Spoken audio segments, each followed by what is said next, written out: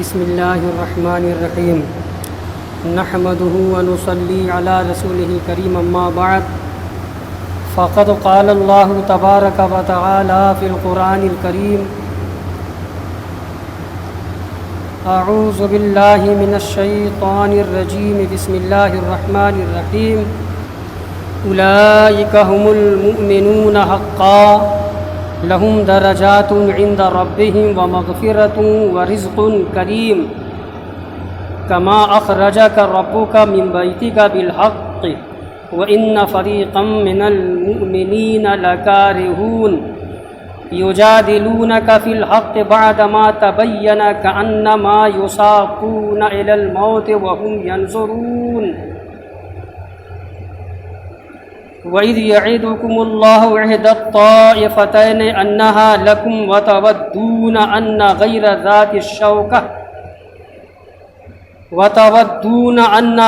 ذَاتِ الشَّوْكَةِ تَكُونُ لَكُمْ وَيُرِيدُ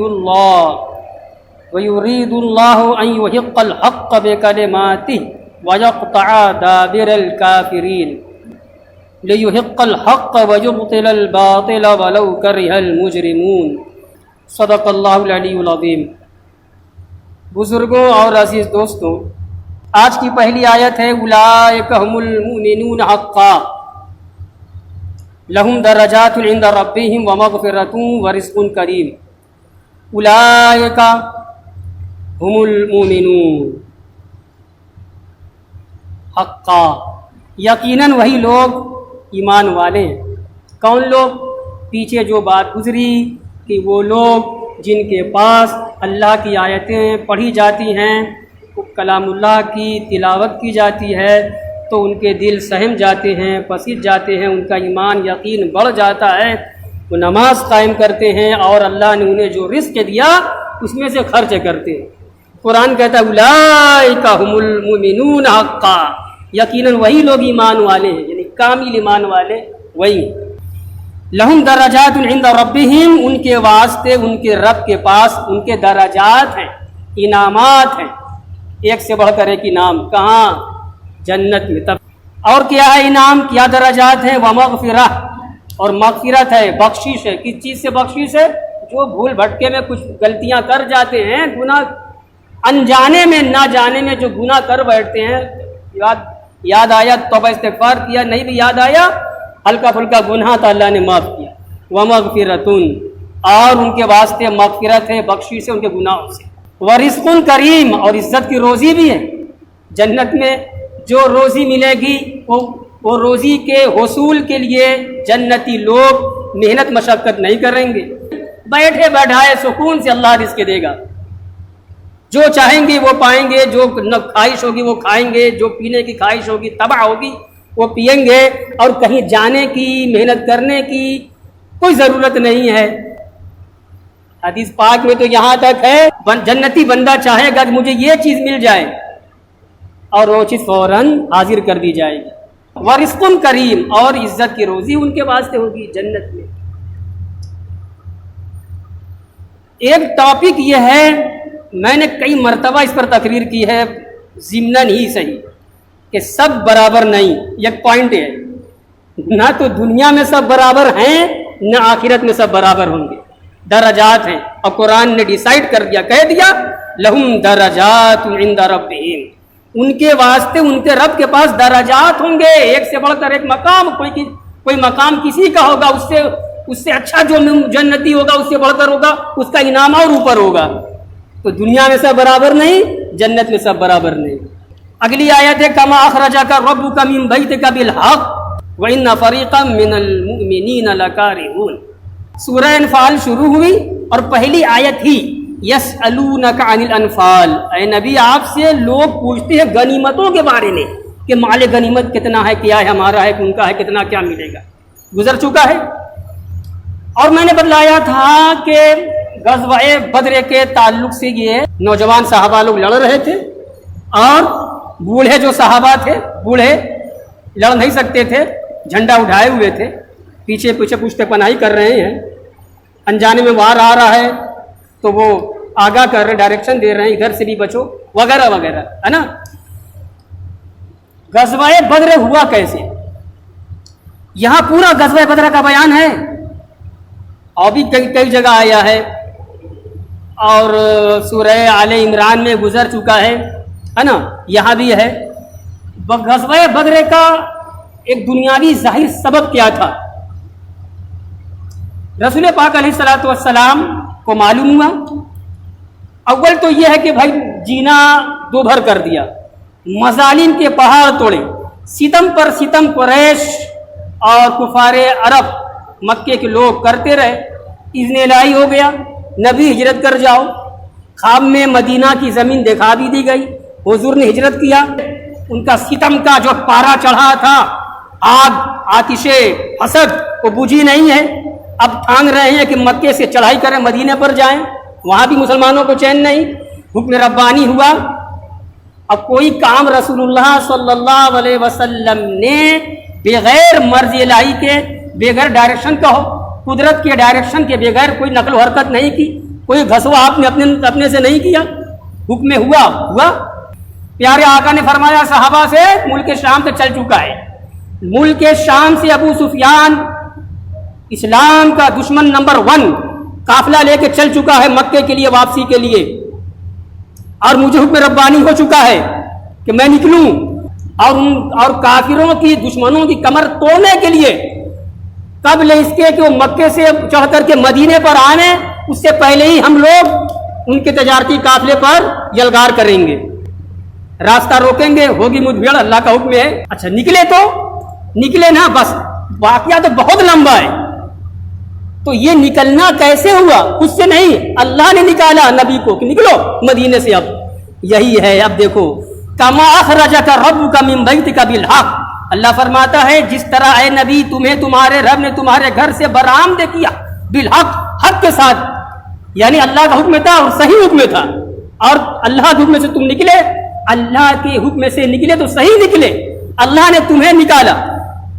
قرآن کہتا ہے کما اخرجک ربک من بیتک بالحق، جس طرح اے نبی تمہیں تمہارے رب نے تمہارے گھر سے نکالا، تو گھر سے نکالا بے گھر کرنے کے لیے نہیں، یہاں نکالنے سے کا مقصد الہی کیا ہے؟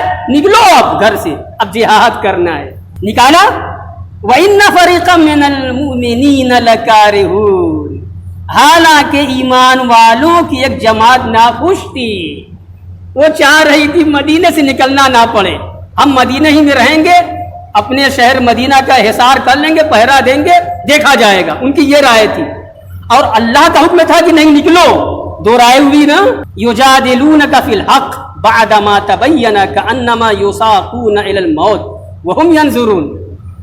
دیکھو اب ترجمہ تفسیر اس آیت کی کرنے سے پہلے میں ایک بات سمجھا دوں، ضابطہ اور صحابہ کی جو عادت تھی، صحابہ نے کسی مسئلے میں رسول اللہ سے جدال نہیں کیا، رسول اللہ سے جھگڑے نہیں، بہت بڑی چیز ہے، اور اس پر بھی میں آپ کو سمجھا چکا ہوں، اور ہم سب جانتے ہیں، علماء بیان کرتے ہیں، کتابوں میں لکھا ہوا ہے کہ عام طریقے سے صحابہ کیا تھے، عام طریقے سے صحابہ کے اندر جذبات کیا تھے، اور ہمارے اندر جذبات کیا ہے، یہی نا کہ اے کاش رسول اللہ کو ہم دیکھ لیتے، آپ کا زمانہ ہم بھی پاتے تو آپ کے جان چھلکتے، آپ پر نثار ہو جاتی، یہی نا، یہ جذبہ ہے۔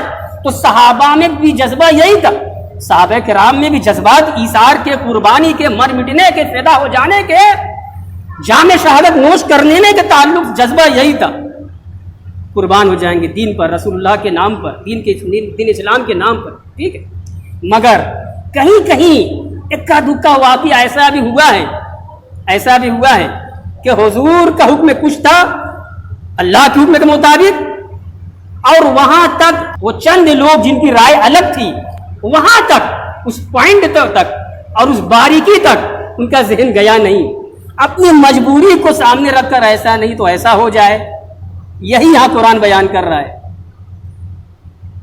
کہا نا کہ وَإِنَّ فَرِيقًا مِّنَ الْمُؤْمِنِينَ لَكَارِهُونَ، اور حالانکہ واقعی ایمان والوں کی ایک جماعت ناخوش تھی۔ کیا ناخوش تھی؟